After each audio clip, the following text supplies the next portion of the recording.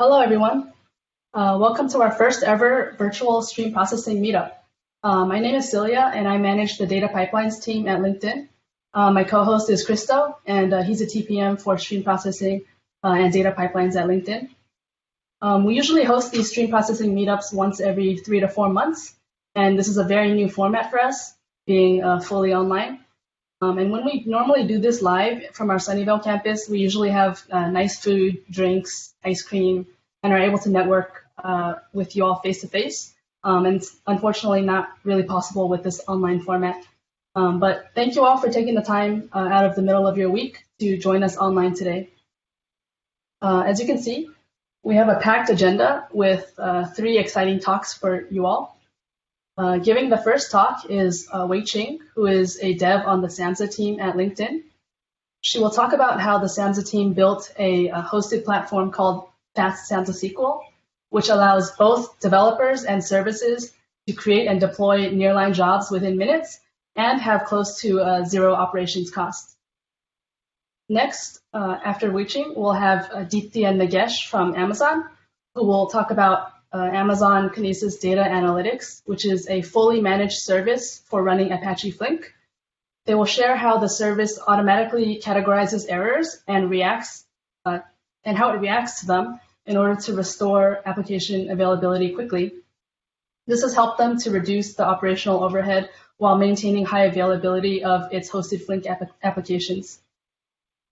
And last but not least, we'll have Krit, who is an SRE on the Kafka team here at LinkedIn. His talk will focus on how the team was able to separate out the Kafka controller responsibilities into a dedicated controller node, which allowed us to expand Kafka's scale without impacting performance of the cluster. So before we get started with these 3 exciting talks, for those of you who are attending this meetup for the first time, I'd like to answer some of the most commonly asked questions. Are these talks recorded? Yes, we're being recorded right now, and you can find this video later on YouTube. You can simply search for Stream Processing Meetup LinkedIn on YouTube to find it. And the Meetup event site, which most of you RSVP'd on, will also have the link to the video once the recording is available. I want to present whom should I talk to. There are several options. You can post a message on the Meetup event site.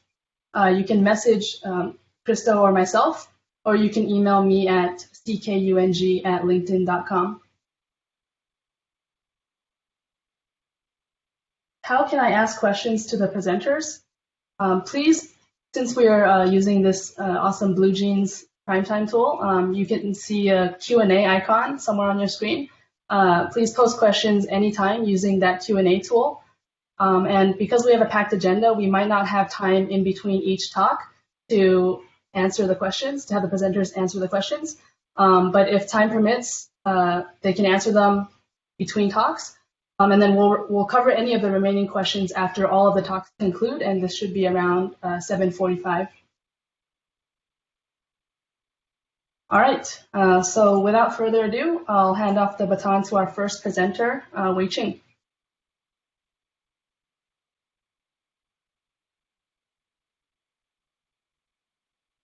Please, Celia.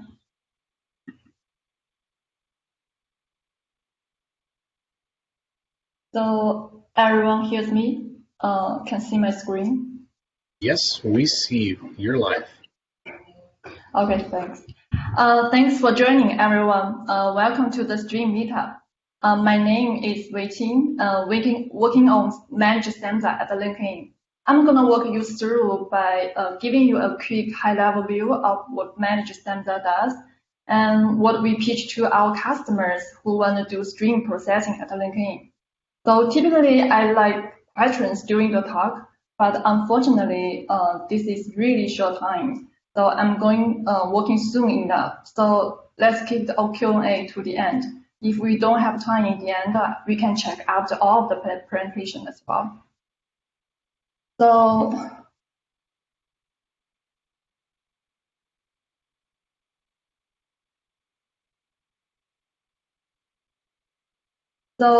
this is kind of overall agenda, what I have for the next 25 or 30 minutes. I will give you an introduction about Samza and manage Samza at LinkedIn, and what's the value proposition that manage Samza have to offer for our customers. And then I will cover some typical use cases of how our customers are using this in real production today. And then I'll talk about the user experience, the internals of managed Samza, and what's our next focus. So to start off, what managed Samza is, here's some background about Samza. So my co-workers have talked about Samza in previous stream meetup. Their talk have been published on the LinkedIn Engineer YouTube channel. So I think most of you guys have been heard of or familiar with Samza already. So here I will just brief it a bit. So Samza is a scalable stream processing engine that allows people to process data in near real time. Samza is LinkedIn's solution for streaming. It's a pretty old open source project. At LinkedIn, it has been used in production since 2014, and currently there have been thousands of applications in production already. So at LinkedIn, one of the major things we have been working on is we want to make it effortless to create and run Samza apps at any scale, and want to make it cost efficient. So Samza comes up different flavors. So user can run Samza as a library, the standalone mode. User can embed Samza as a component within a larger application. They can import Samza as a library and write their streaming processing logic within their existing application. So in this mode, everything is under user's control. User has a lot of flexibility, but at the meantime... Hey, Wei Ching. I think that there might be a little bit of a delay between the slide sharing. So can you stop sharing and start sharing one more time? I don't think the audience have caught up. So if you could stop sharing and try to share your screen one more time. Okay.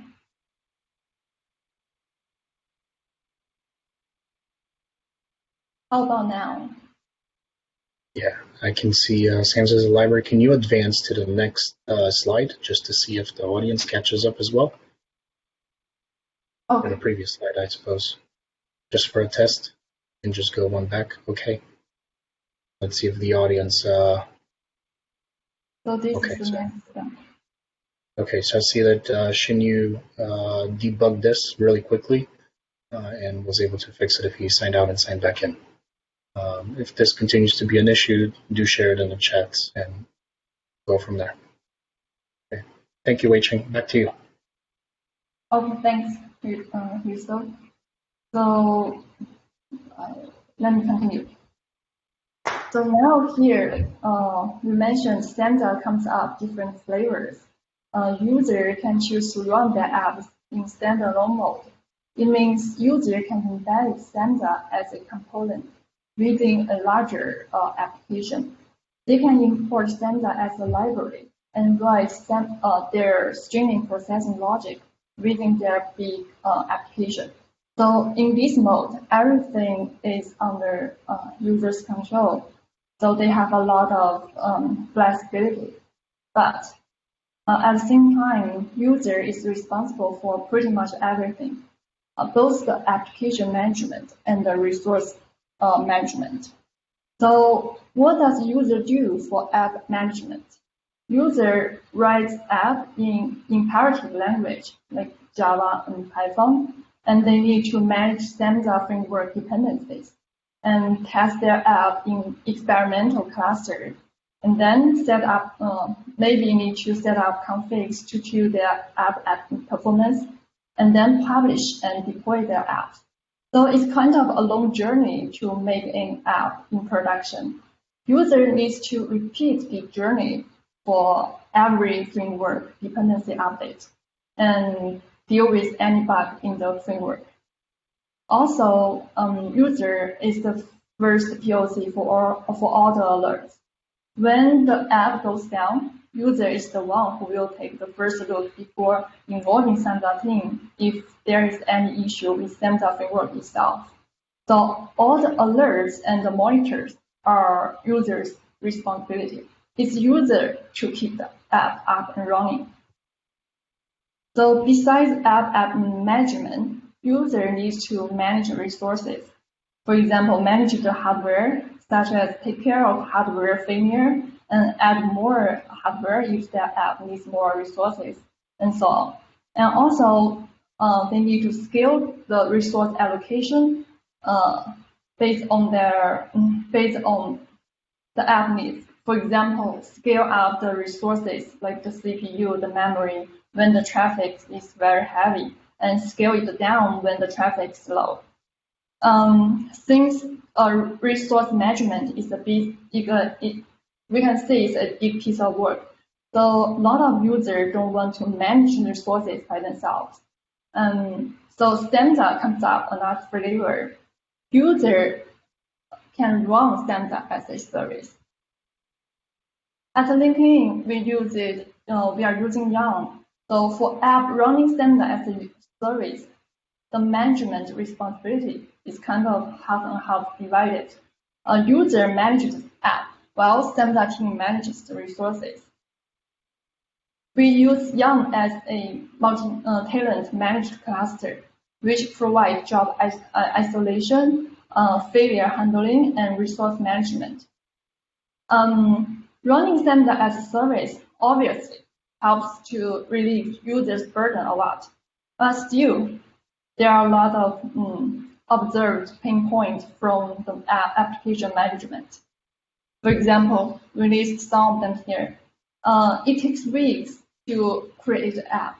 As we mentioned in previous slides, it's kind of a long journey to make an app into production. And also, not everyone aware of imperative language like Java, Python. And it could take time to upgrade framework version.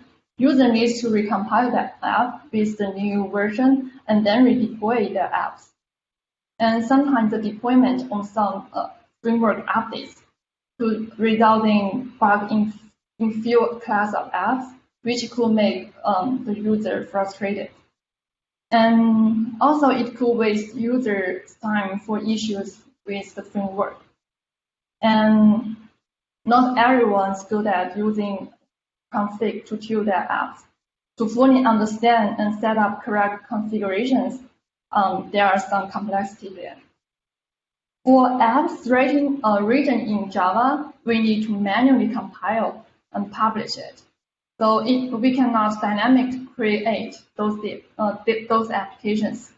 But we do have some customers, they want to dynamically create their apps using their service. So running Samza as a service, we don't have that. Last but not least, there are quite a few applications having similar use cases. We should be able to templatize those applications and avoiding reinventing the wheels every time. So how to resolve all of those pain points? How to make job creation faster and job management simpler? That's why Managed Samza comes to the picture to resolve those pain points. So in this mode, users just need to focus on the app logic without any conflicts. Samza team, we manage the app and the resource. To resolve the needs of dynamically create apps, we introduced fast SQL service with the REST endpoint to create the app dynamically. I will talk the fast SQL service later. For users' responsibility, now the user just needs to focus on the app logic and then manage the life cycle of the app. Currently, user can order their app using SQL. We plan to support more DSL in the future. And resource allocation and resource sizing are done by Samza team. We have dedicated young clusters for managed Samza apps. So for operational aspects like the library updates. So since we sort of decoupled the app business logic with the underlying framework libraries, so whenever there's a new version available, let's say there is some new Samza version comes up. So what we do is we just roll out the new version without updating any user's applications to that specific new framework version. So you don't need to you don't have to worry about picking a new version every time. We take care of those underneath libraries. So for alerts, alerts goes to Samza team first. Samza team take care of the alerts and monitor the apps. We will involve users only when there is some issue about the app logic. User will be alerted only if the issue is from their own UDFs. So what's the value proposition that managed Samza offers to our customers at LinkedIn? So the vision is to build a platform to enable users to create their job within minutes and manage them easily. So I'd like to think about this in 3 pillars. Production, productive. So when we talk about productive, one of the biggest value propositions that we bring to the table is how easy it is to use for our customers. So if customers are knowledgeable in SQL or other DSL language, they can build an end-to-end streaming pipeline on the top of Samza SQL just within a few minutes. We do understand SQL is not going to be good enough for most of the advanced scenarios. So we have augmented to that with user-defined function in Java, and no configuration required from the user. And we also offered an orchestration layer to help users to validate their app logic.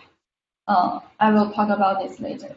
So that enables users to find the errors before their job deployment. For Smart, auto-scaling is offered out of the box so that you don't need to tune your job based on the traffic. To make operation easier, we have a smart alerting system for the custom UDFs. We also have custom dashboard based on the input and output. Of course, a managed Samza must be reliable. So we guarantee no data loss, at least once processing, which is offered by the Samza engine. Currently, if user want to create a managed Samza app, they can use Samza SQL to develop their business logic. In the future, we plan to support more DSL than Samza SQL. So let's take a quick look at Samza SQL. Samza SQL supports standard SQL operations and support different IOs. For example, for streams, we support Kafka and Brooklyn. Brooklyn is developed at LinkedIn and has been open sourced already. So it's a stream ingestion service that can ingest streaming data from different source type and publish to different destination types like Kafka or even Hub or others. So we will use Brooklyn in the example later. So for stores, we support Espresso, which is a document store developed at LinkedIn as well, and Couchbase. So we often use Couchbase as a caching service. Also, we offer predefined UDFs, so the framework level UDFs, so everybody can use it. But sometimes those support are still not enough. So in this case, you can apply your own UDFs, where you can do your own transformation or even make REST recall. So for UDF, now we support Java. So just give you a quick example about Samza SQL. So let's say your use case is to enrich page view event message with member profile data. Those data are saved in Espresso table. So page view event is a Kafka topic. which has the information of page views of each members. So let's say now your app shouldn't read data directly from espresso table because maybe you will run out of the espresso quota. So what you can do is you can create a Couchbase bucket as a use this bucket as a cache, and then you can create a Brooklyn string. Let's say the string name is identify file change capture. So here we use Brooklyn as the change capture service. The source of the string is espresso identity profile table. And under the hood, Brooklyn will send the change capture events of the espresso table to a Kafka topic. And then you can create a SQL job which reading from that Brooklyn string and inserting that data into the Couchbase bucket. And then this Couchbase bucket is something your other applications can use for reading data. That's one way we can use Samza SQL. And then I say you want to enrich your data. You want to add more information about the members along with your page view events.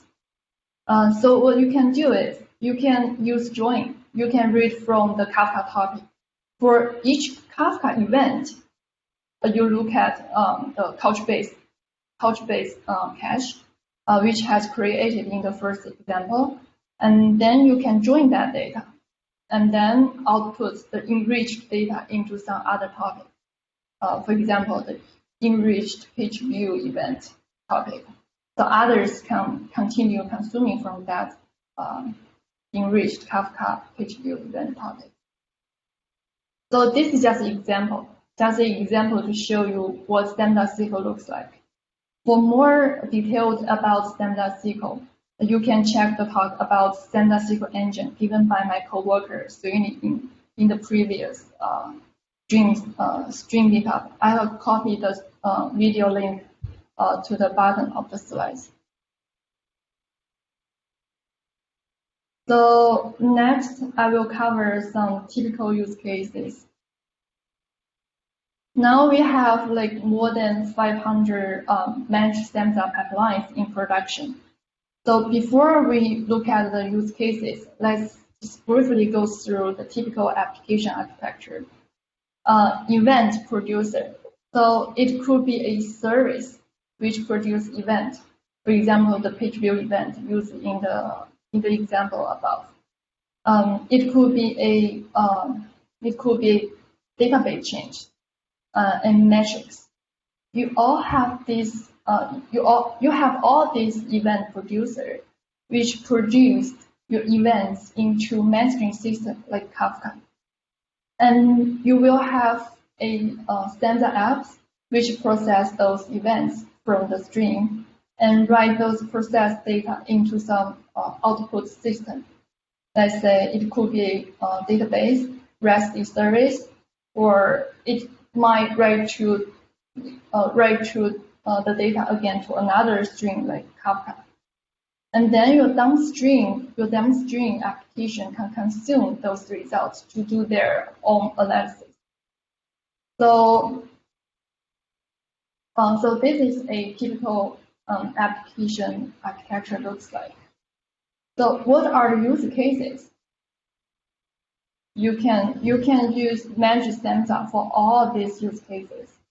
You can create database materials view, and you can create change capture view.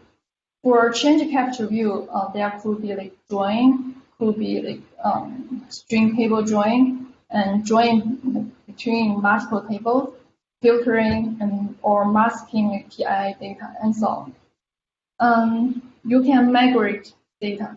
Let's say you want to migrate data from Espresso database and to Oracle, from Espresso store to Oracle database. So yeah, you can create a Samza app for that. And you can repartition data. Let's say you want more partition or less partition of your data. So you can create a Samza app for that as well.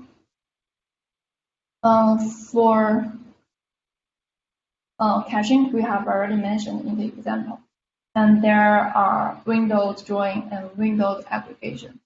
And yeah, there are different use cases of managed Samsa. So let's look at the overall user experience offered by managed Samsa. So during the authoring phase, first, user needs to develop their business logic with the input and output. After that, they can express the app logic in one of the DSL supported by managed Samsa, and then they can orchestrate their job. For example, like validating their SQL logic in Samza SQL shell. So Samza SQL shell is some tool where user can experiment their SQL logic. We'll like cover their its functionality later. After all the validation passed, user can verify their SQL logic against the data in experimental cluster, and then commit and deploy their SQLs. So this is the overall user authoring experience. So as we mentioned, we allow user to control over the application's life cycle, either from the shell or from the Samza dashboard. That means we cannot decide when user can start or stop their job, and whether they want to like make change of their SQL logic. So these things are user specific. So it's supposed to be handled by the user. So also user can create a new app and instruct it to start from a particular time, or user can instruct an existing app to reprocessing data from some particular time. User can give configs for their UDFs while deploying their job if they want. Normally, we don't require any config from the user. So typically, the config set up by the user are for their UDFs. In the end, the user can check the app status and matrix through Samza dashboard. So we have Samza dashboard for all the deployment. In the dashboard UI here, so we can see there are the app code. Here the job has SQL statement, and there are some options where you can add or update the configs if the user want to like set up some configurations for their UDFs. And here user can start or stop their app. So after the dashboard generated, user can just go to the dashboard to check their job status and control the app circle here. They don't need to go anywhere. They just come to the dashboard to do everything they want.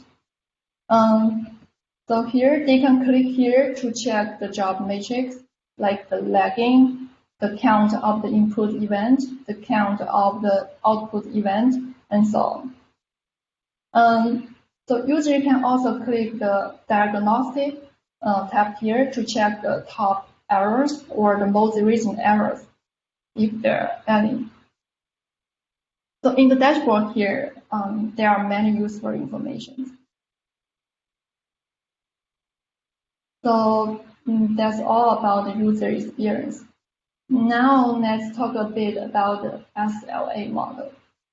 So every time user deploy a new app, we automatically set up the alerts. The user or the on-call, they don't need to do anything. We also create the job dashboard, and we have customized dashboard based on the input and output. And Samza team is the first point of contact for the alerts. If there are some users UDFs, the UDF related alerts will go to user themselves. And we guarantee 99% job uptime, excluding the job failure on downstream, upstream UDFs. We have flag SLA which is based on the type of pipeline. For example, if any task is lagging for like more than 10 minutes or 20 minutes, maybe there's something is going to crash and burn. So we want to prevent that. So in such case, on-call will get involved. For the management and operation experience of operator, I think we have been like mentioned in previous slides. So Samsa team is the operator. We manage the resource and the app, the alerts, pretty much everything. So okay, let's switching gears. Let's go into the details of managed Samsa. Fast Samsa service is the control plane for managed Samsa. So user can go to Samsa SQL shell to talk to Fast Samsa service to create or start or stop a job. And Samsa SQL service just go ahead to submit job to young cluster. So user can either manually create and deploy the app through shell, or like just dynamically create this app through some like service. The functionality of Samsa SQL shell. So as I mentioned in previous slides, shell is a tool we provided to our customer to write and run Samsa applications locally. So user can use shell to test and experiment their queries. Of course, it has the like normal shell functionalities like command editing, history, auto highlight, and auto completion. It can show tables. So tables here means various input and output resources. For example, the Kafka or the Express table. So we can show the details of those input and output resource. And we can show UDFs. We can show like schema. The shell can we can set up the job configuration if user want to through shell as well. And in shell, user can execute their query locally. Also, there are a orchestrate layer provided by shell. So user can use that to do job validation and correction. So shell is also a client of Fast SQL service. So user can like deploy and manage their app in shell as well. Job orchestrator. Okay. So the motivation for the job orchestrator is we want to speed up users' job ordering and preparation. So it enables user to validate their job and trigger the correction of flow to fix the validation failure. For job validation, it can include validating resource existence, schema existence, schema capability, echo availability, and so on. And user can trigger the correctness workflow through shell or through our like UI portal, which can automatically create missing resource, and it can infer output schema based on the input schema and the SQL query logic. And it can help user to register missing schema and also trigger missing echo creation workflow. So for Fast Samsa SQL capability, so Fast Samsa SQL can do many things I listed here. So it can create the managed Samsa job dynamically, auto scaling, and there's no configuration required for the user, and automatic dashboard generation based on the input and output, and set up the alerts, and operate the job, like start the job from particular position. And if user want, they can like override the config. And for on-demand logging support, which means user can create a job which send the result to the log file instead of the actual output. So it's useful for debugging. It avoids polluting the actual output. Backfill and staging support to test apps. For staging support, okay, we can look at these slides. Staging support can be used to test jobs. For example, user create a new job and now they want to see if the job working fine or it can take the traffic or not. They can use staging, which means it doesn't go to the actual output topic. The output can go to a file or a dummy Kafka topic, where user can just go and verify the output. Once the user is happy with it, they can go ahead to promote their job to the production. Promotion means to write the result to the actual output. So, okay. So we can now let's end the talk with the future work. So what we are working on is we are working on templatize the app. For example, for some common operations like join, aggregation, we want to template them.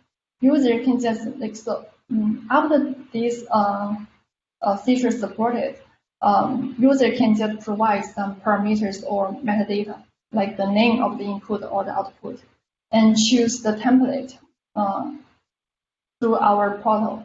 And the Samsa app will be automatically provisioned for them. So that's useful. The second thing we are working on is we want a better smart diagnostic. For example, we'd like to drill down the DAG level matrix. Whenever there's an issue around latency or lag, users typically want to see in which part of the code the issue lies. So managed Samsa should be able to emit a rich matrix for each node in the DAG. So auto remediation. We want to consistently monitor the app and perform remediation action on job failures or issues. For example, to apply throttling on job when it sees quota failure error, or to start a job when the job quit due to some retriable failure, or skip bad record in the input string and retry. Yeah, so we are working on this as well. The other thing is common sub-DAG optimization. So it's better to run the common sub-DAG shared by multiple jobs only once. Fast SQL service is the control panel for all the magic Samsa apps. So it has a global knowledge for all the DAGs across the jobs. It should be able to identify any common sub-DAGs between the new job and the existing job, and then just run the common sub-DAGs on young cluster only once. So this optimization is something we are looking at. Last but not least, as we add more and more capabilities to manage Samsa, we're hoping our user will use managed Samsa for their most app in the future, because we think this is the best and quickest way to create a Samsa app. We hope managed Samsa will give a better user experience in the future. Yeah, that's all. That's what I have today. I guess I have already run out of time. That's okay, Wei-Ching. Thank you so much. Okay, thank you, Senior. Yep. All right, let's get Deepthi and Nagesh on.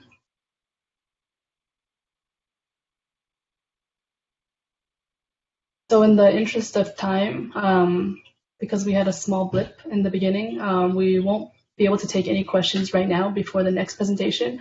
What we'll do is after all of these presentations are all done, we'll go through the top questions and we'll get to the presenters to answer them at the very end. This should be at around 7:45 or so. All right, Deepti, Nagesh, take it away. Right, thanks, Celia. Can you confirm that you can see my screen presentation mode? Yep. All right, good evening, everyone. Today we are here to present a talk on lessons learned on Apache Flink application availability in the Amazon Kinesis data analytics service.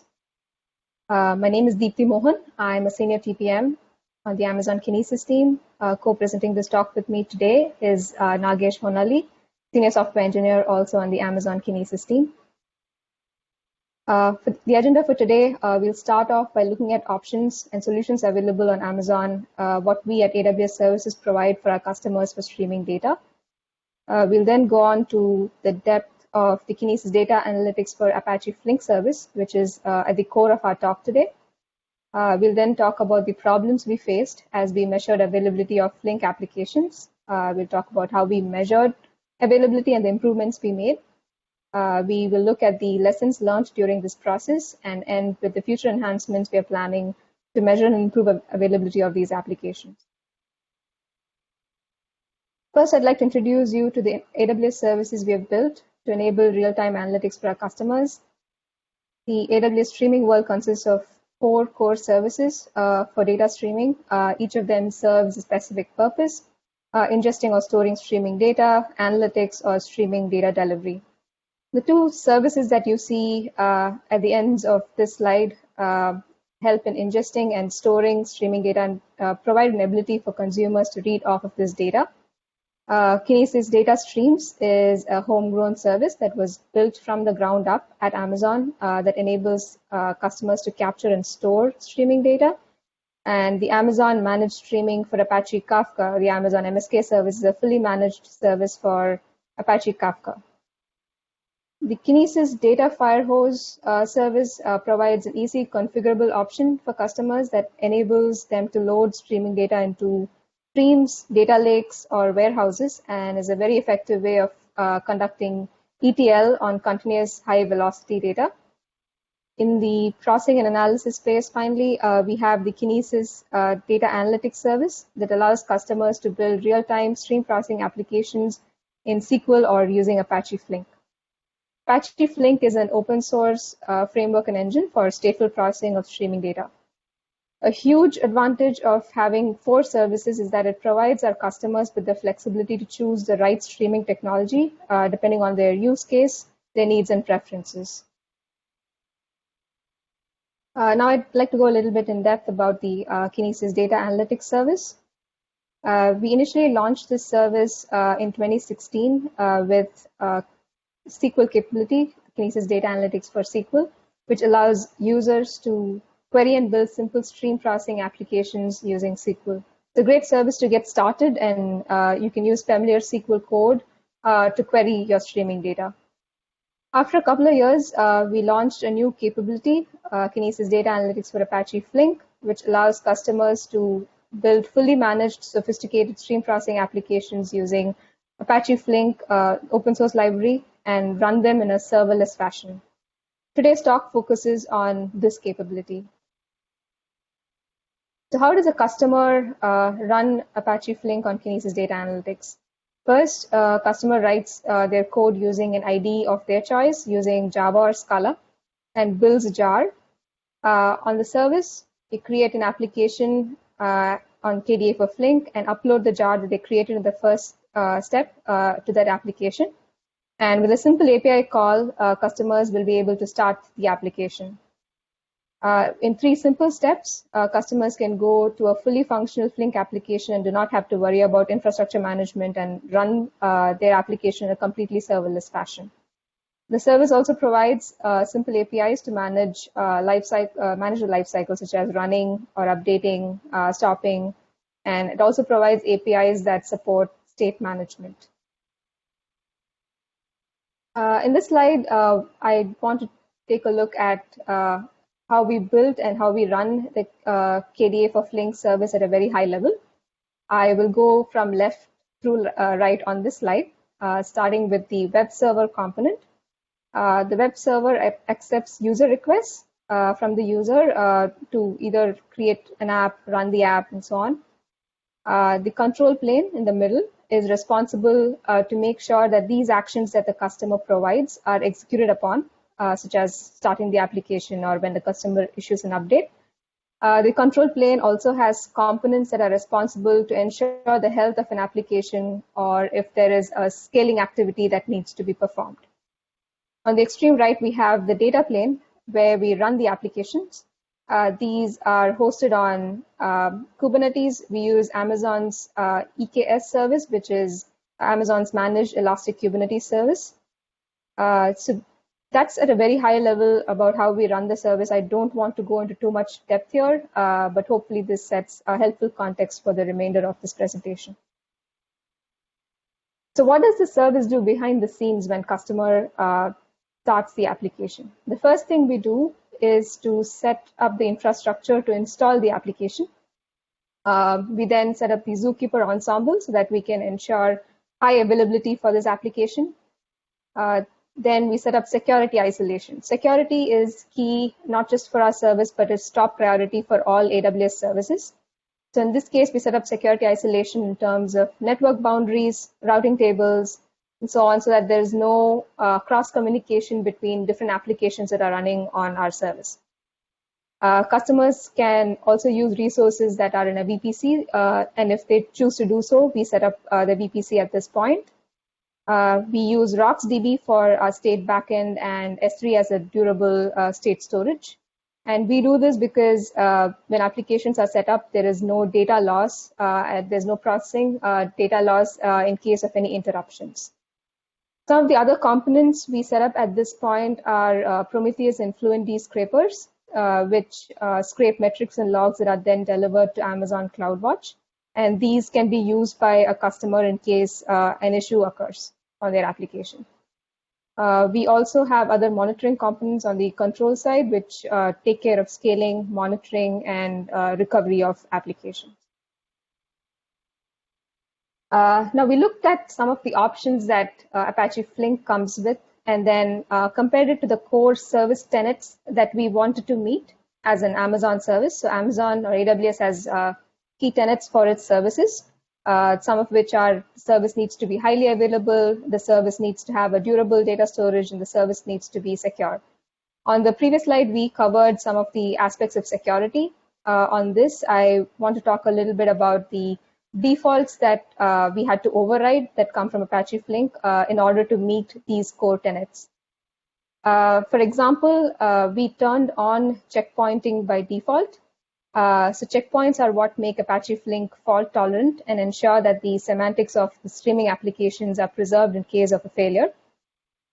So customers do have the option to turn off checkpointing should they need to do it, but they need to do that explicitly because by default we turn on checkpointing.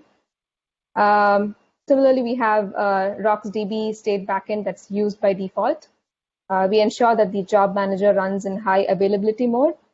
And the last 2 points on this slide, we talk about save points. So every time a customer updates or stops their application, we make sure to take a save point or a snapshot of the application and in durable state. And when a customer wants to restart the application, they can choose their latest save point or they can choose a previous save point. Now, all of these measures are to cater to our two main tenets of high availability and maintaining a durable state for the application. Now that we have set the context, I'm moving on to the section where we define the problem. As with any managed service, availability is paramount. And in order to achieve and maintain high availability, we need to first be able to measure it. Now, Flink provides us with a number of metrics to measure availability. We looked at a few of them, and the one that caught our eye was downtime, which we can use as a proxy for availability. So downtime is defined as the amount of time that is elapsed since the application is not making progress or is down. We thought this was an interesting metric and used this as a proxy. So downtime shows 0 for running jobs and a -1 value for completed jobs. and a non-zero positive value otherwise. So when we graphed downtime, this is how the graph looked like. So there are two things that you would notice on this graph. The first thing is that it's extremely spiky. And the second thing you'll notice that it never settles down to zero. So when a metric produces a graph like this, it's not actionable as service owners or as operators because for this kind of a metric, we cannot set an alarm because this alarm just keeps going on periodically and the alarm never really recovers because the downtime never goes to zero. So that begs the question, why is this measurement noisy? So we found a lot of cases in which this measurement is noisy, and the top two categories that we had were system issues, which were either hardware issues or a bug in the Flink framework itself, or in other cases, we had customers submitting application code to us that had issues or bugs. And in those cases, we would run into failure modes that cause the jobs to go down, and then Flink tries to recover, and then downtime never gets to zero. So in our experience, we found that most of these issues were caused when customers submit code that caused a poor downtime. Now, some of the cases that we saw often were that the code may not have inputs and outputs defined, or these inputs and outputs may not have the right permissions in the code. In such cases, the code retries for a certain amount of time and then Flink restarts the job. Or in other cases, there would be bugs in the code, especially in development phase when customers are still experimenting and learning how to use the service. We do notice a lot of bugs. Now, these bugs can manifest themselves as resource exhaustion, such as out of memory exceptions, or in case there's a file leak in the code, it leads to too many files open, and then that causes the job to restart. Now, what we're doing is to get to the point where customer noise needs to be removed from the consideration of availability, and to get the true measure of application availability, we need to remove this customer-induced component and measure on the downtime that is only caused by system issues. To take it forward from here, I'd like to invite Nagesh Honali to go through the rest of this presentation. Thank you, Dipti. Can everyone hear me? Yep, we hear you loud and clear, Nagesh. Cool, thanks. Hello, everyone. I'm Nagesh Honali. I'm a senior engineer with Amazon Kinesis team. Deepti talked about what Kinesis Analytics does and how it hosts Flink applications. I would like to focus the next part of the talk on how we are trying to solve measuring availability and improving it. So as a service provider, the primary goal is to measure downtime and have visibility on application failures that are caused by the system hosting this application. That way, we can identify what are the causes that are leading to it and reduce the downtime. Now, there are two perspectives in which we can define availability for an application. One is from an end user perspective, a Flink user perspective. The downtime in that perspective is the amount of time application spends in not processing records. This is a very accurate definition, which tracks pretty much all the issues that the user wants to know about. However, it is not a good measurement for a service provider to use. The reason being, this time also includes the application time that is spent in catching up during failover, or also the application time that is spent in retrying failures, for example, talking to external resources. From a service provider perspective, downtime is the amount of time application is not in running. Now, this definition doesn't account for the user application logic, which is what the service provider wants to track. But we wanted to use this approach and refine it further to help measure availability better. let's look at how we started identifying what metric provides us that visibility.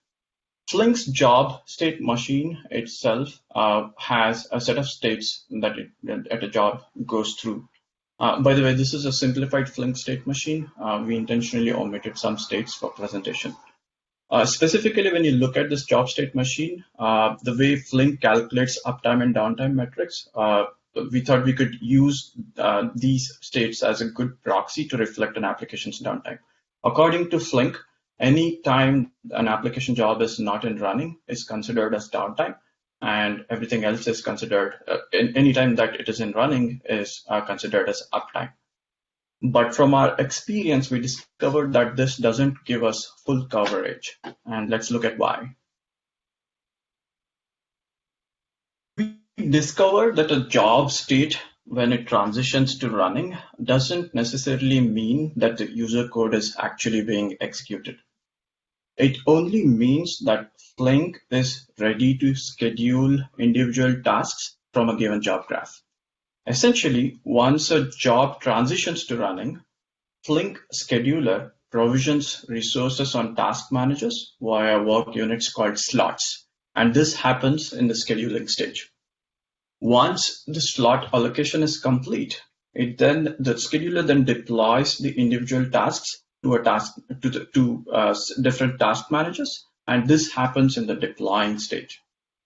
Only when the deployment is complete, all the tasks that constitute a job start running, and that's when the user provided code or functions start being executed. So during the task scheduling and deploying state, tasks which run user code are really not running at all, which is the definition of the downtime that as a service provider, we wanted to track. Next slide. All right. Now, in addition, one of the things you would notice is a job can constitute multiple tasks. So it's not just necessary that only specific tasks transition to running to give us that full visibility of whether user code is being executed or not. So we had to include all the tasks that are part of a job and track the states of them to be able to provide us that fine granular visibility. Based on this realization, we introduced a more granular job tracking state. A job tracking state is a more comprehensive state machine that divides a job state into granular substates. And we do that by deriving the state of the job tracking from both job as well as task states. For instance, we segregate a Flink jobs running state into scheduling, deploying, and running substates. Oh, I think my video went away, the presentation video. I'm still here. Okay, should I restart my client? I think that might be prudent. Yeah, okay, let me just do that. Anything just happened for me too.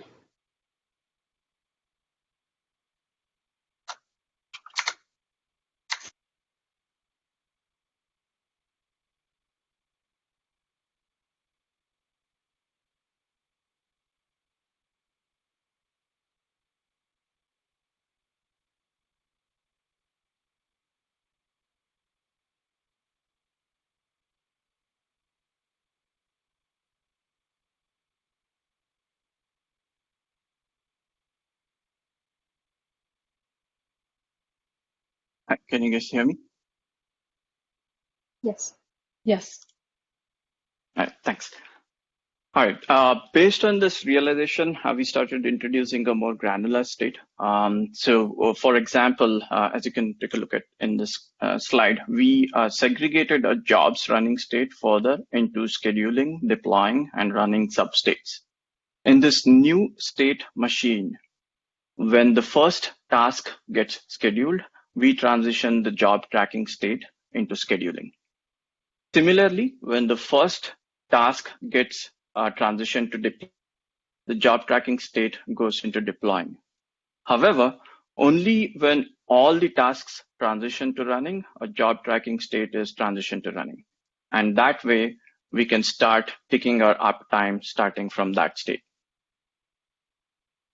Now, what was the outcome of doing this? We could essentially, with the job tracking state, attribute individual times that are spent by an application in each of these states. And we could now consider running time as the required metric for uptime, and everything else was considered as downtime. This has helped Kinesis Data Analytics provide better visibility on applications and has effectively exposed non-trivial time is being spent by the application during some of these scheduling phases that we looked at. And when we looked into the cause of those, we identified some system issues as well. Next slide. All right. Now that we have a metric that is segregated by state and have are tracking time spent in that state, we now focused on identifying the causes that lead the application to go through these states. This is particularly important as a service provider because we would want to know what type of system, what are the system issues that cause the jobs to fail and thereby cause downtime so that we could monitor and react to them faster. Now, one of the challenges of so the primary distinction that we wanted to make is between a user error and a system error. Since Flink is written in Java, throwing exceptions is a standard way of communicating failures, and Flink does that in all of these state transitions. So we started to look at all the places where user code can cause such failures. An example is when a Flink job transitions from running to failing, there's an explicit exception thrown. Also, whenever there are these state transitions that are happening, Flink has guards against state transitions getting stuck. And these are defined by timeouts.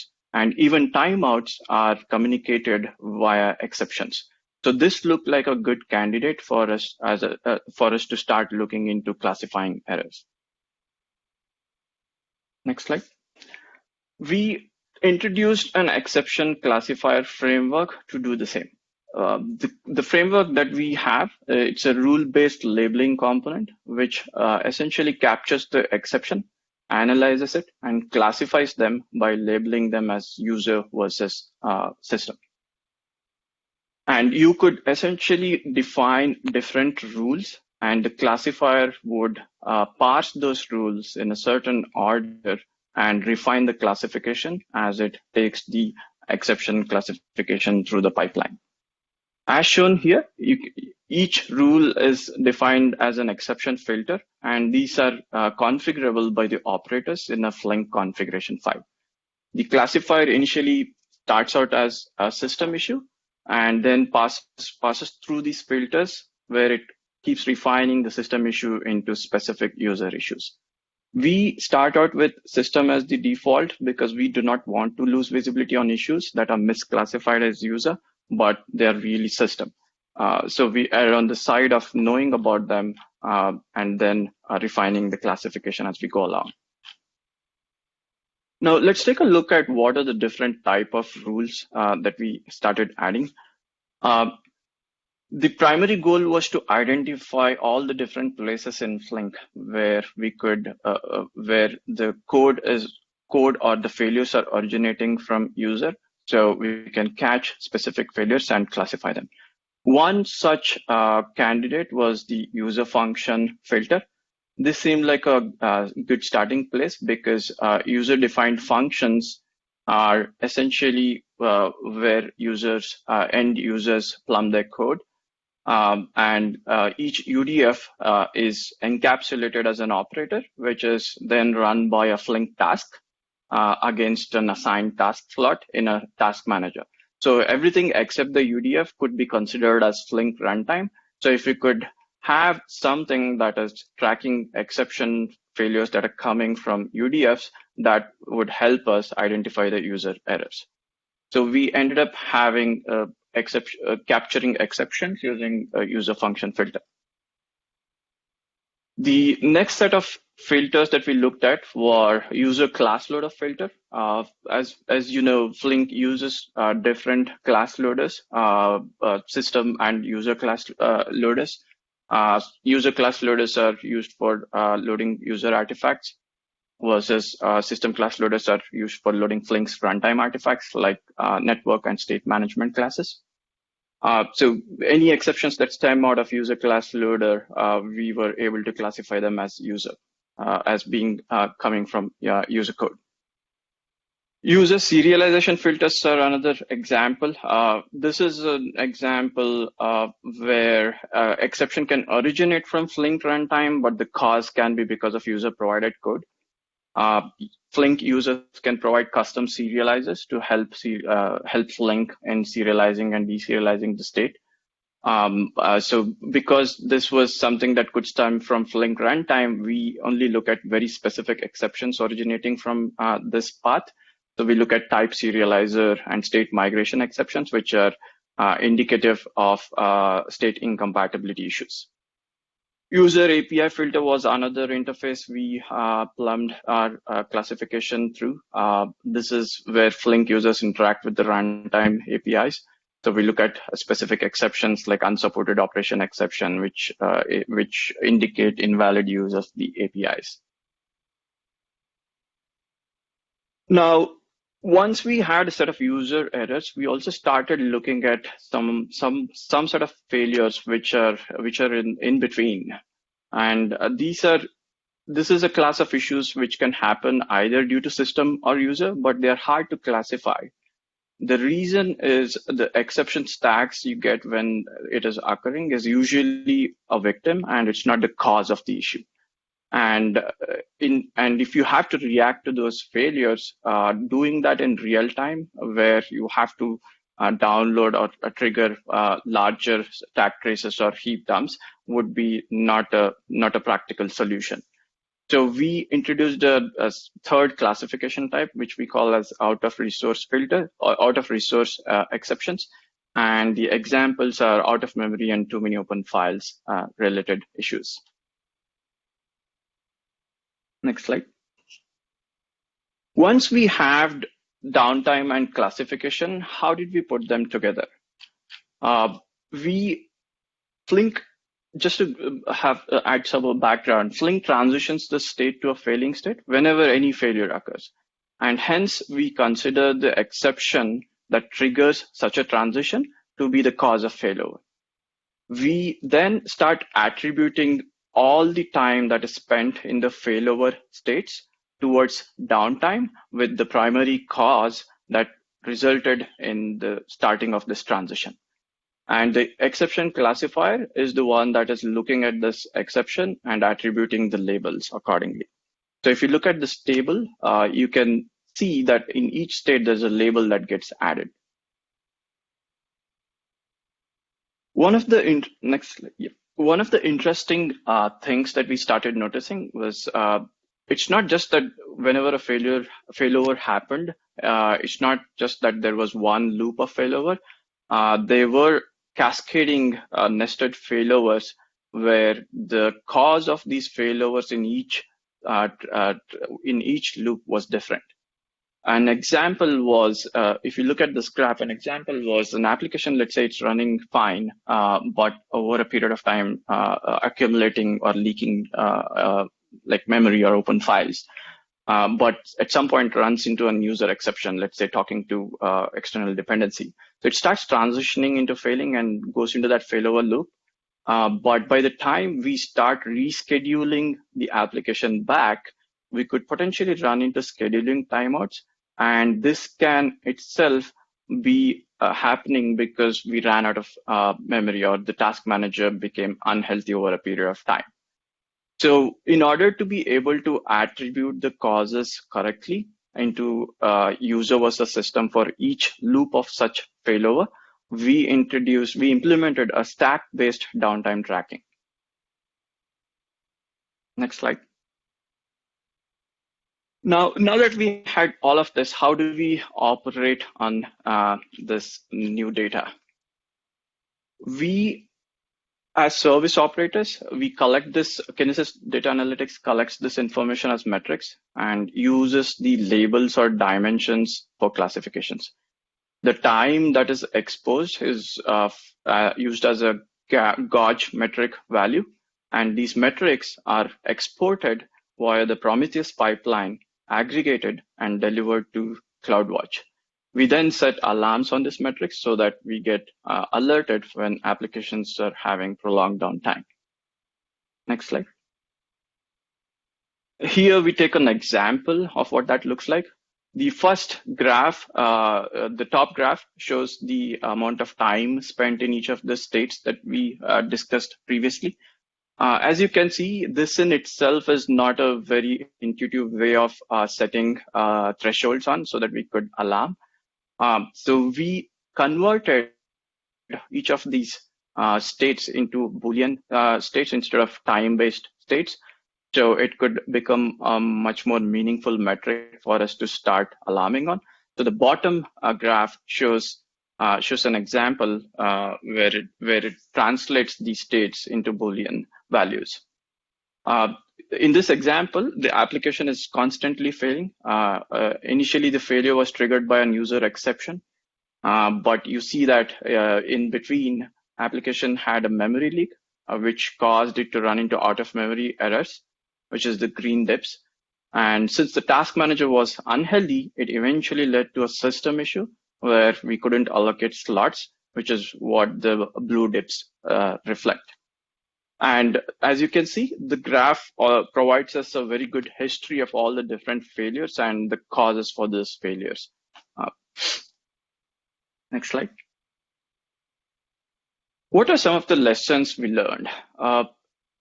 Like any classification problem, failure classification is hard. Specifically here, because Flink has a large code base and it is rapidly evolving. So we basically have to develop a classification framework which is more generic and can adapt. And it should not be depending on specific exception types and message parsing. And user function and user class load filters help quite a bit in that way, but there's still need for non-trivial and special filters. And unlimited freedom for users because customers can bring whatever code and it is treated as a black box as a managed service provider, and that can induce various failures. That is another sort of a lesson that we learned. In some of the type of failures, like timeouts, there's not enough context for the application, for the monitoring framework to actually determine the cause and react.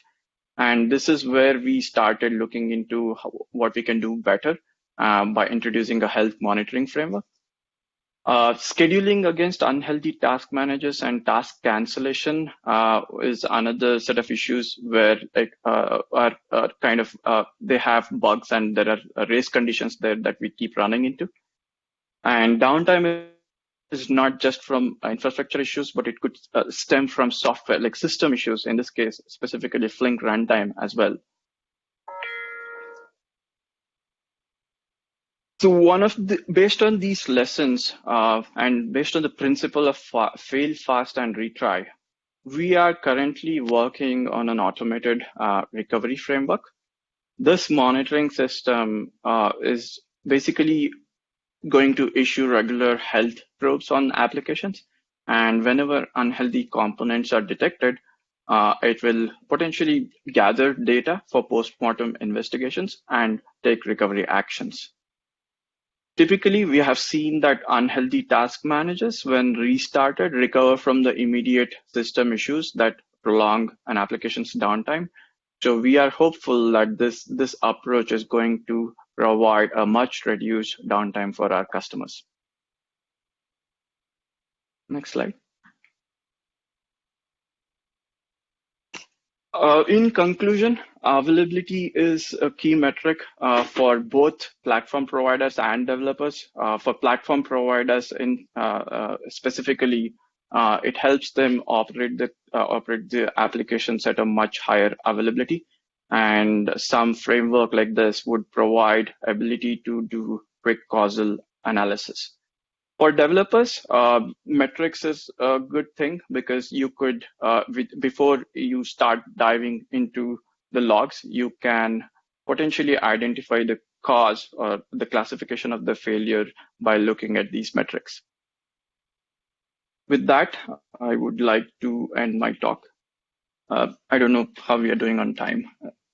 Hey, Nagesh, you are right on the mark. Now, 35 minutes around there. We gave an extra 5 minutes for the blip. So we won't be able to answer any questions right now. We'll have Crit present, the last presenter present, and then after Crit's talk, we'll be able to ask a few questions to all the presenters. Thanks, Nagesh and Deepthi. Thank you.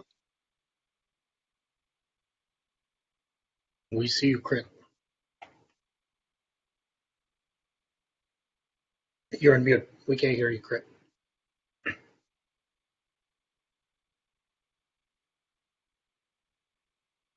Nope, still nothing.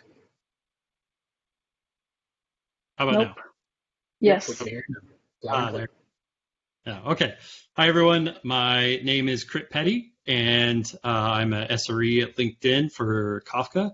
I've been here about 2.5 years, and today I wanted to talk a little bit about the scale we have at for Kafka here at LinkedIn, and some of the issues we ran into last year increasing that scale for a specific type of scaling issue, and how we resolved that through what we call dedicated controller nodes. And so my slide is, there we go. So the agenda for today, I'll talk a little bit about what scale means for Kafka at LinkedIn. And then I'll talk a little bit about how that scale has led to a problem that we called metadata pressure, what that is and what that means, and what problems it caused for us, and then how we solved that with dedicated controllers, and then just a little bit about the results from that. So Kafka's scale at LinkedIn. If you've ever read a blog about Kafka at LinkedIn or seen a presentation about Kafka at LinkedIn, you've probably heard about scale here. We are one of the largest Kafka users in the world, if not the largest, from what we know, and we've seen immense changes in our scale in the last 5 years. As you can see, we've gone from under 1 trillion messages per day to over 7 trillion per day in last year in 2019.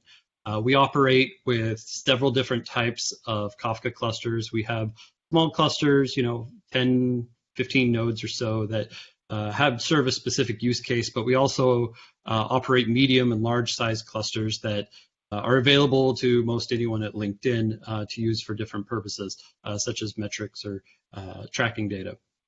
And some of our clusters are actually so large, they started giving us different scaling problems that we hadn't seen before. And when I say very large, I'm talking about clusters where we would have up to 1.6 million different replicas of data in a single Kafka cluster. This is a very large amount of data if you're familiar with Kafka, and we see the scale increasing every day for some of our Kafka clusters. And so this led to a certain type of scaling problem, which I want to talk about. Now, before I explain what metadata pressure specifically is, I want to take a step back and talk a little bit about some Kafka fundamentals about how a controller works in a Kafka cluster. And so the controller in a Kafka cluster is essentially kind of like the brain of the Kafka cluster. And how do we get a controller in the cluster? Well, any broker in the cluster has an equal chance of becoming the controller. And this is done through an ephemeral zookeeper node. And when it becomes controller, it then acts as both broker and controller. So what does that look like in practice? Let's say you bring up a brand new cluster. It's got 12 Kafka brokers in it. We have a zookeeper cluster, which I'm just showing with a single box for this example. And when this comes up, one of the nodes randomly reaches out to Zookeeper, whoever's first, and grabs that ephemeral node and says, hey, I'm controller now. I'm in charge. I'm going to do this job from now on. And it keeps that controllership until something happens, it loses connection, basically until further notice in the cluster. What happens is if we lose connection to Zookeeper, that controller goes down for maintenance, maybe you're doing a deploy, or for any number of reasons. Maybe it's unscheduled, you have a broker, you have a hardware failure. Anyway, you lose connection to Zookeeper. Any one of the remaining brokers can then become the controller. And again, it's essentially random. So every broker in the cluster has to be able to act as a controller as well as a broker at the same time. Now, what does the controller do? One of its main functions is to keep the Kafka cluster's metadata up to date throughout the entire cluster. It's responsible for knowing the truth about the metadata and communicating that truth to every broker in the cluster. What do we mean by metadata? Metadata is basically anything about the state of the cluster that is not the actual data being stored in Kafka by users. So this is, how many, for a given topic, how many partitions are there in a given topic? Where are which brokers is each partition located? Which broker is each partition's leader? There are specific configs that can be applied on a topic by topic basis, such as how many times do you want the data replicated on each partition in your topic? How many copies do you need in sync to guarantee data availability? You want more than one replica to receive the data and give you an ACK before it's considered a successful produce. All these different types of things are contained in the metadata. And this means that the controller has a job to update all of this information to everybody in the cluster all the time. And so for leadership and follower info, every single replica, every single broker, it has to update this. Now, the number of replicas in a cluster is basically how many partitions you have for your topics multiplied by a replication factor setting.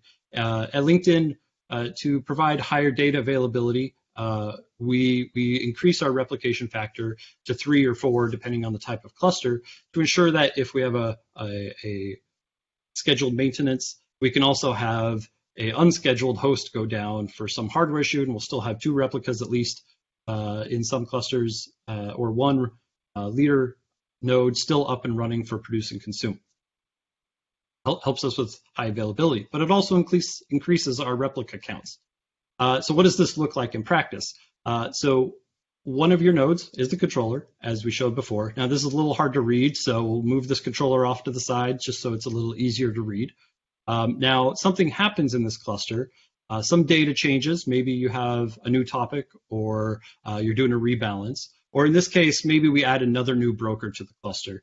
This new broker gets added to the cluster, and nobody knows about them. All the blue brokers in this example are completely unaware that the new broker has been added to the cluster. The broker then needs to communicate that, hey, I'm here, I'm ready to do things, and the controller needs to say, oh, okay, I need to tell you about the state of the world. I need you to know where all the replicas and topics and everything for the rest of the cluster exist. That way, if a customer comes and asks you where topic A is, you can tell them that he's on broker 12, and they can redirect the leadership to that correct broker. So in this state, though, the broker, this new broker, and the controller, they have an understanding of the world, but the rest of the brokers are in kind of a stale state where they don't have the most up-to-date information. And so the controller then has the job of updating everybody else, letting them know about the new broker in the cluster, telling them, here's the new state of the world, this guy's new in the cluster, and we can start utilizing him, assigning topics to him, moving replicas around to him. And once everybody gets the message, then everybody's in a good state, and everybody's happy again. And so in a normal Kafka cluster, this process is very fast. Metadata updates is a pretty efficient process. And even in a medium and what most people would consider a large cluster, this doesn't take too much time to accomplish, and ensuring that this metadata is up to date throughout the cluster. But again, I want to reemphasize that we're talking about very, very large clusters with a lot of replicas in the scale that we're talking about. And so we start to run into a problem. The controller at this point still has to operate in two different roles. These roles are the controller, as we just talked about, and it needs a lot of memory for these metadata updates. Imagine everything in the cluster has a shift. You do a rebalance or some other operation, or a new controller comes up and needs to understand the state of the world. It needs a lot of memory to come up with these, 1.6 million replicas multiplied by however many brokers there are. And then it still has to operate as a broker. That means that the people trying to produce and consume from that controller node still need to have a good amount of a good speed for produce and consume so that they don't have issues. And so Kafka uses page cache memory to ensure, and it reserves that to ensure that there's not a lot of latency in produce and consume. And so we start to have this contention between what the controller needs to do and what the broker needs to do. And so what we found was that this contention led to an issue where there would just be too much metadata in our very, very large clusters. And we measured this with kind of a fuzzy measurement.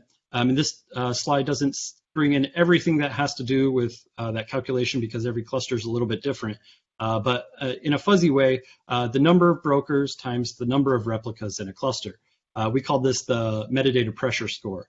And what we found was that at about 100 million, give or take, we started noticing that the controllers would start running out of memory in our configurations for our Kafka clusters. And that would be 1 million replicas, 100 nodes, you'd get to 100 million on this metadata score. And so, running out of memory, that's a pretty big issue. That's going to cause some problems for your cluster. So what do we do about it? Well, as I mentioned, doing nothing, just keep operating as you go. You're going to start seeing delays in syncing your metadata across the cluster. And so you're going to start getting out of sync replicas more often because they don't know the true state of the world. And it's going to cause produce and consume delays because of that metadata delays. The people trying to produce and consume from the controller node directly are going to see delays while it's trying to operate on its queue of processes while waiting for those data plane operations and control plane operations that are queued before it to finish. And we get that out of memory problem that we talked about. So what's one option? Well, maybe if we created a prioritized queue. Well, prioritized queue, we say, okay, maybe we say we want to prioritize broker functionality. Well, this has the advantage of clearing up more memory for page cache, but then, and you're not going to have any delays in produce and consume for that controller broker, but it's just going to make the problem of stale metadata even worse. You're still going to have even a higher chance of out-of-sync replicas. You're still going to run out of memory as you're using more memory for page cache. It's not very desirable. What if we prioritize the controller function instead? Well, this has some advantages in that the cluster as a whole will generally be healthier. You're not going to have as many delays due to data plane operations, and less chance for those out-of-sync replicas in the cluster as a whole. You're also going to have a little bit less chance of out-of-memory because you're processing through your control plane metadata updates a little bit quicker, so they don't stack up as much. However, the produce consume on that controller broker, your times are going to be real bad because you're going to be spending so much time doing the control plane controller operations that anyone trying to produce and consume from that broker is going to see negative results. And we still haven't really solved the problem of out of memory because you're just going to keep increasing the amount of stuff stored for the broker operations, and you're still going to have that conflict. And so what did we experience? Well, we experienced these out of memory errors. And what happens when it went out of memory? Well, we started experiencing what we experienced as a cascading controller failure. And this was really bad for us. The controller would come up, it would see that it has a whole bunch of things it needs to do, but it would run out of memory. And so as we discussed before, one of the other brokers in the cluster would randomly take leadership and say, okay, I'm going to be the controller now. I got this. I am going to take this load on myself.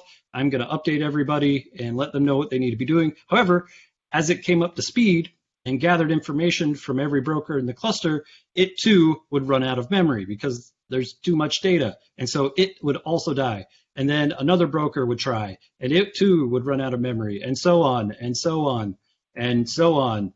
And you would essentially start killing your entire Kafka cluster. You'd get a third of your cluster down. You've got offline partitions. You've got an outage, and users are calling to complain. It's not a great state to be in.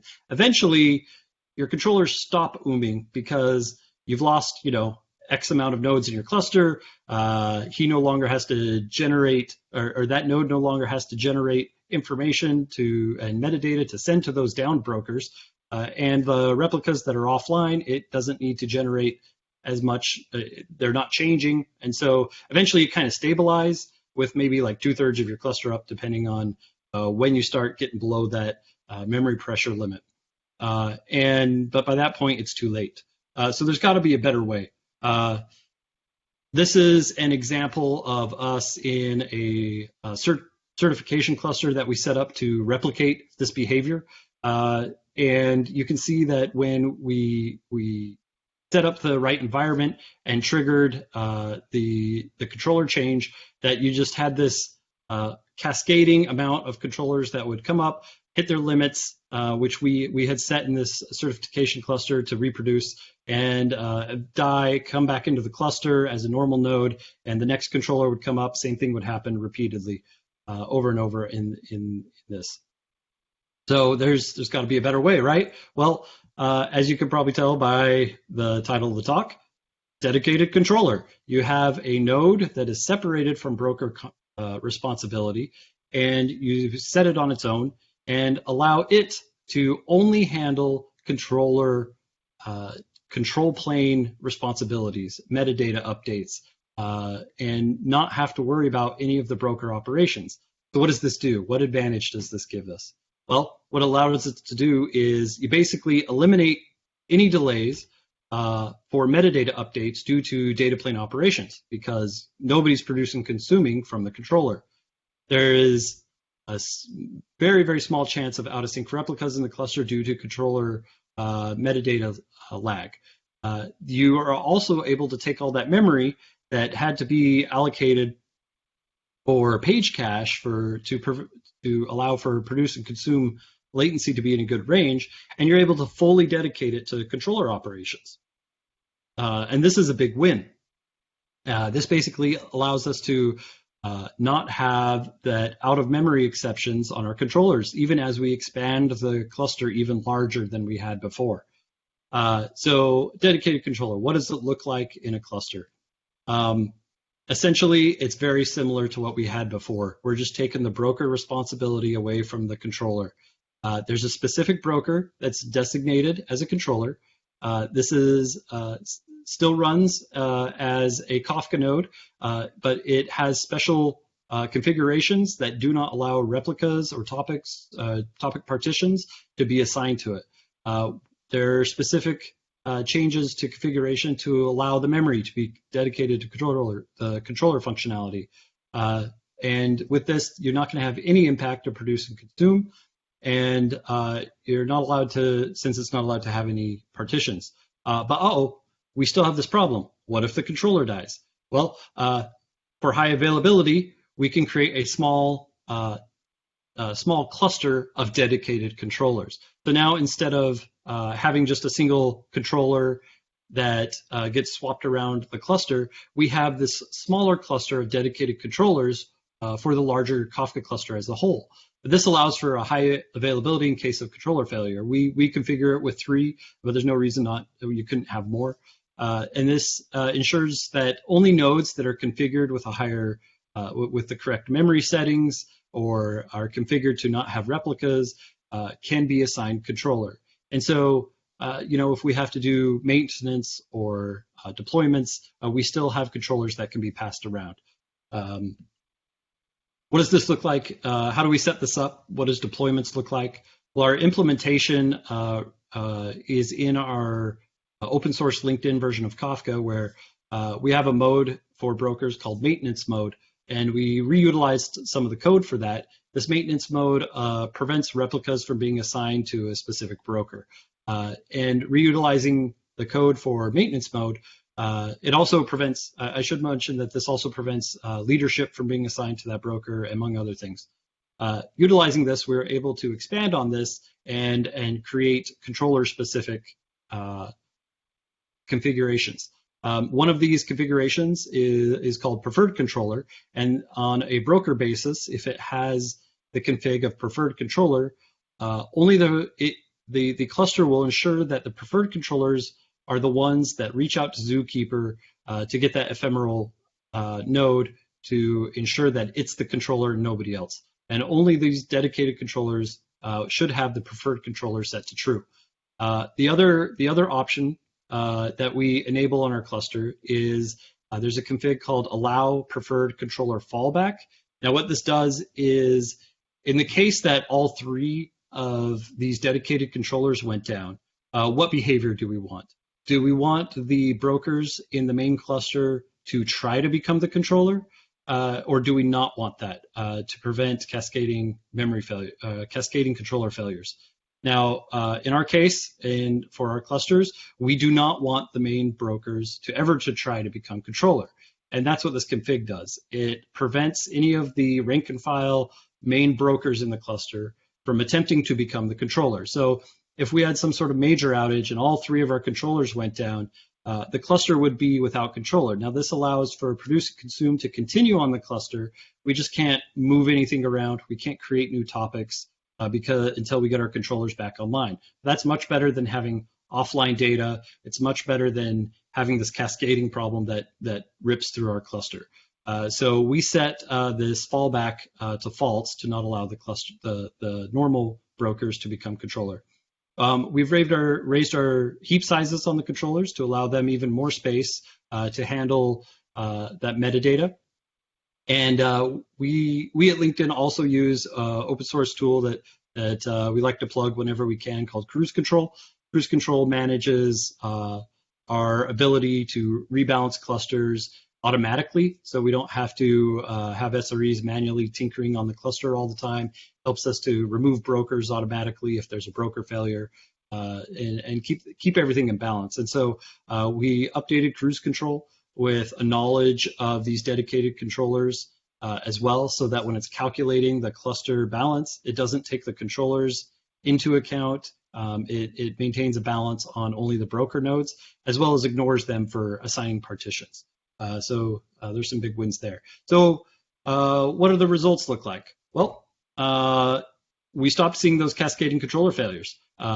And on top of that, we noticed that our metadata request times on a typical rebalance also were drastically lower as well. These two screenshots are of the same certification cluster that we built to test the cascading or the dedicated controller. And beforehand, we would sometimes see 20 seconds for brokers to get updated metadata, sometimes up to 2 minutes in a worst case scenario. And now during a typical rebalance, we're seeing a max of like 5 seconds. That's still not as good as we want to get it, but it's way better than 20 seconds, 2 minutes, and these ranges. And it's a vast improvement. We've been able to raise our ceiling of how large we're able to make our Kafka clusters. Previously, we were operating where about 120 nodes with 1 million replicas was about the max we could really push, and without having immediate problems. Now we have single clusters that have more than 250 nodes in a single cluster, with 1.6 million replicas in these clusters at the same time, and we're not experiencing controller out-of-memory errors on these clusters with our current configurations. So it's been a really big win for us, and we have future plans to continue to certify even larger clusters with additional memory improvements on top of this. And I wanted to thank Wesley, who one of our Kafka developers, who is the main architect for dedicated controller. And if anybody's interested in using dedicated controllers, they're in our open source Kafka LinkedIn release on any version above 2.3.0.8. And look for, if you have any questions about it, we'd be happy to share information and go from there. All right, thanks everybody. That's all I've got.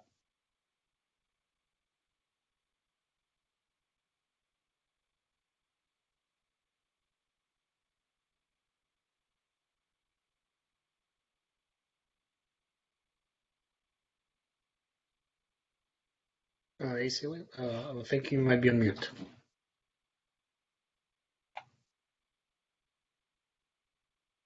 Nope, cannot hear you.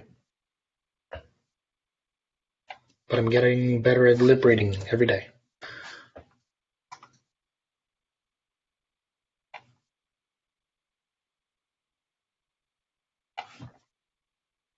Nope, nothing there. Yeah, you want to try the settings, top right menu, settings, if you have the right ones in there. Okay, so Celia's going to rejoin real quick. But thank everybody for posting the questions. We've gathered them all. If you want to leverage the voting capabilities, please do so. It's going to give us a better understanding of which questions to answer. Hello? First. Yep, we can hear you now, Celia. You can hear me now? Okay. Yes, ma'am. So since I think, Crit, you did really well on time, you ended at around the 25-minute mark, so we do have time for questions for you, and I think we'll just go in reverse order. So go ahead and ask the questions for Crit, and then I'll ask the questions for Deepthi and Nagesh, and then we'll end off with asking the questions for Wei Qing's presentation. So sorry if these are a few repeats. I think you might have answered some of them in your presentation, but just to make sure that we answer all the questions that we got, I'll just go ahead and ask what we have. So Crit, for you, how is Zookeeper scalability with the giant Kafka clusters? Overall, we've, I don't want to get too much into our Zookeeper implementation here, but overall, we have made some adjustments to Zookeeper. It's scaled pretty well, but we've added more observers and changed our model to make connections to observers to make sure that if something really starts pounding on the Zookeeper cluster, it's mainly through the observer nodes and not on the main quorum.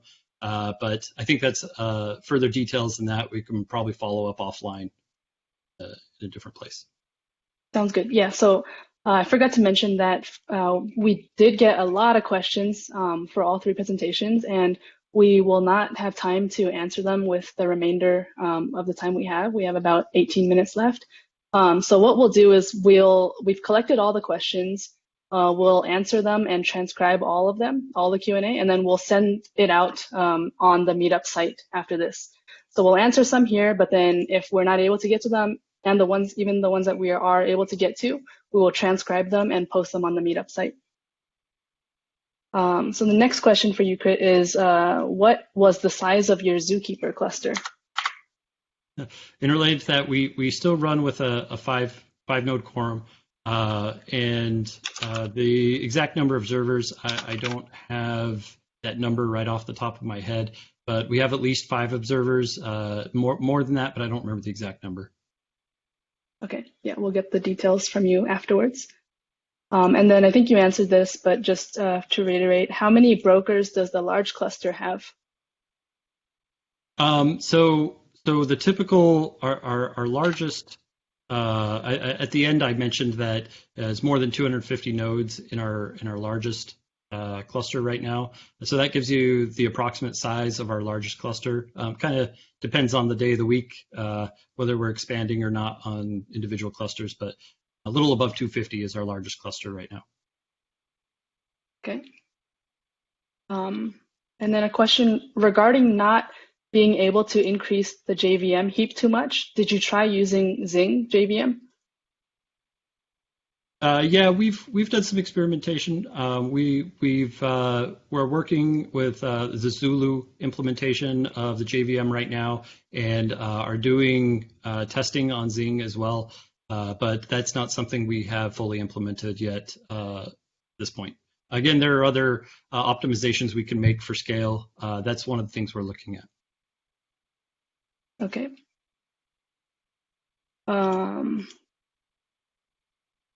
I think we'll take one more question for you.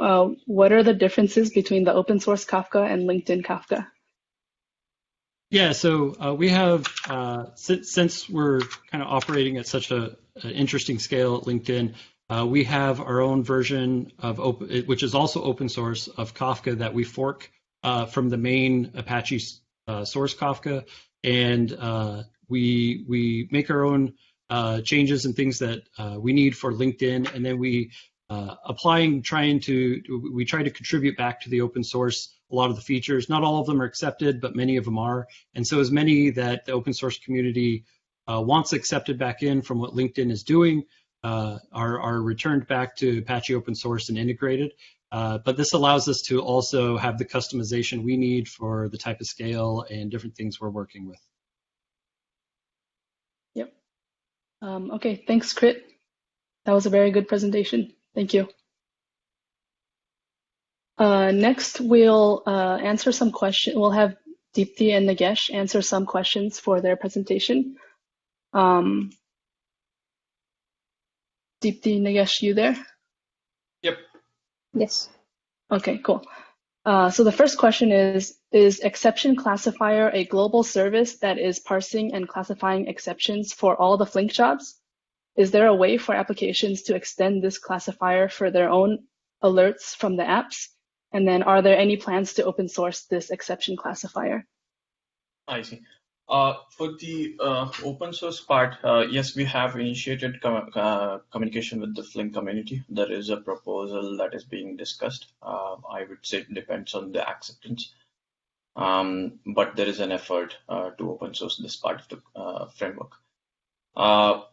In terms of how the exception classifier is deployed, it's one classifier per Flink application, and we co-locate it with the job manager. So it is only looking at exceptions from that application. Yes, we did build it in a way that you could easily extend it. You could add more classifiers as well as configure your rule parsing framework, so it looks at them in a certain order that is applicable to your applications. Okay. The second question we have is, are the exception classification rules for exception filtering statically defined? And how do you adjust for misclassified exceptions learned via on-calls? Right. There are two parts to the framework. One is the rule itself. Today it is implemented as Java classes. So you would have to implement a specific type that you want to classify. And the second part is how do you load it in a running application. That part happens through basically a Flink configuration. And you don't actually have to restart the job itself. As soon as you add it in the configuration, it is detected and applied. Okay. The next question for you is, does a user specify the S3 bucket / mechanism for state management, or is it taken care of by the platform? If it is taken care of by the platform, is it one bucket per Flink job? We do not let users specify, so Flink, KDA Flink manages it for the users. Okay, and then the second question is, if it is taken care of by the platform, is it one bucket per Flink job? Not really, but that is really dependent on how we deploy our applications, and it is also dependent on the region where it is in. Okay. All right, the next question is, Apache Flink is now adding Python support. Is that support in works within AWS, or is that something that is not yet on the agenda? So that is in the works right now. We have it on our roadmap. Okay. We have new version support. We'll also have Python support. Okay. Someone asked a follow-up, is Golang, how about Golang SDK for KDA?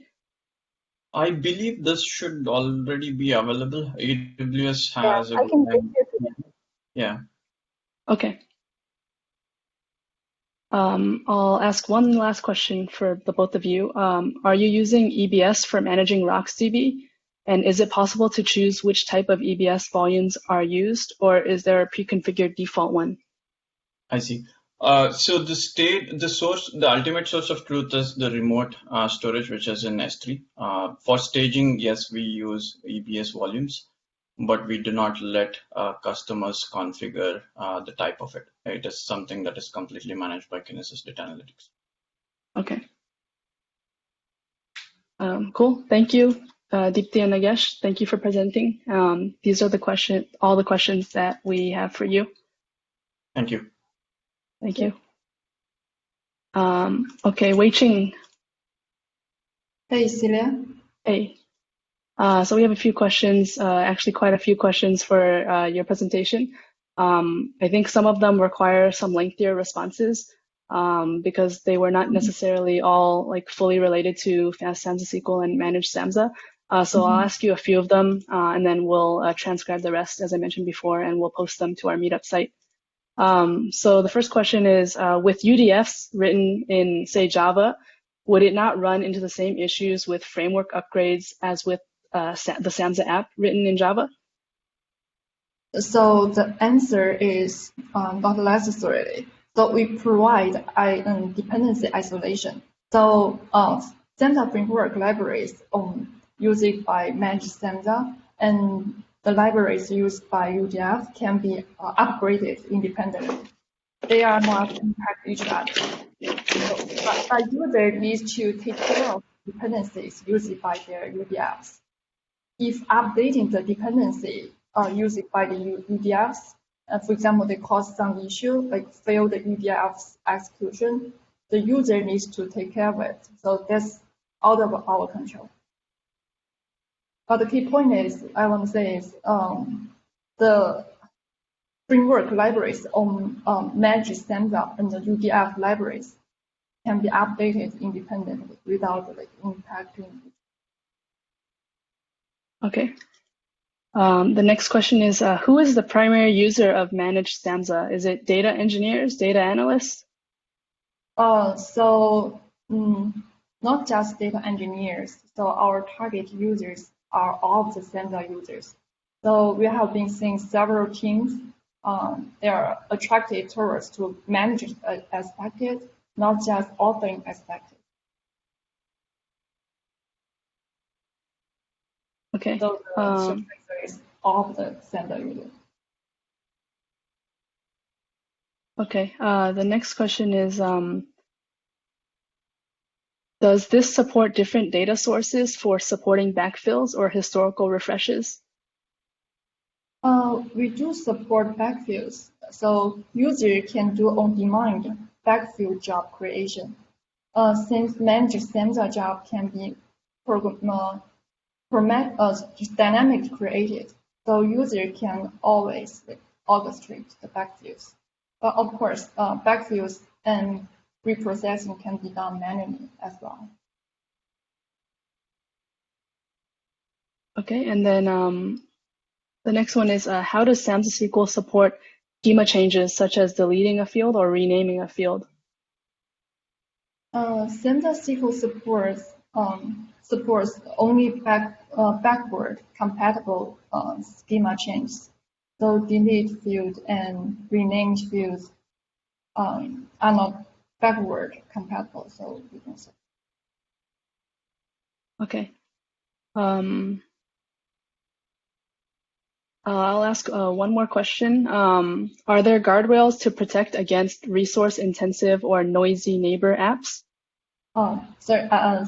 Celia, can you say it again? I think I lost something. Are there guardrails to protect against resource-intensive or like noisy neighbor applications running in Samza? So we have autoscale. I think that This is a Samza. This is like a functionality like offered by Samza engine itself. Yeah, I think the answer is Samza at LinkedIn is run on Yarn, and each app requests separate resources like CPU and memory, and we use Yarn to guarantee that those resources guarantee those resources in isolation between containers. Yeah, we use Samza as a multi-tenant cluster, so we handle like a failure handling and job isolation, resource management. Yep. Okay, so I think that's all of the questions that we have time for. We will post the questions and answers to the Meetup site, so we'll do that in the next couple of weeks. Thank you all for taking the time to attend this virtual Streams Meetup. There were a few kinks in the middle, and we'll look towards ironing out these kinks for our next one. So we do host these about every 3 to 4 months, and we're targeting the next one to be in around October. So if you are interested in presenting at one of these meetups, please reach out to me or Crystal. And I think that's it. Thank you everybody for attending, and thanks to all the presenters for your awesome presentations. Nice job, everybody. Yep. Thank you. Thank you. Thank you.